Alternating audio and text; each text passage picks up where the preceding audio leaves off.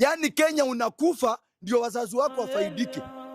Nataka niambie huyo mzazi, unafurahia kifo ya mtoto wako? Ati Ruto unamshukuru. Unashukuru Ruto aje na mtoto wako kwa jeneza. Mimi nataka niambie wazazi, kama nyinyi wazazi mnafurahia watoto wenu kupigwa marisasi ili mchangiwe, ambieni watoto wenu wakae kwa manyumba. Kwa mzazi wa Albert, mimi sijaona mzazi mjinga, mzazi takataka, mzazi ng'ombe kama huyu mzazi wa Albert. Wakenya wamesimama na huyu mzazi wa Albert wakachanga 10 milioni. Hakuongea kitu yoyote.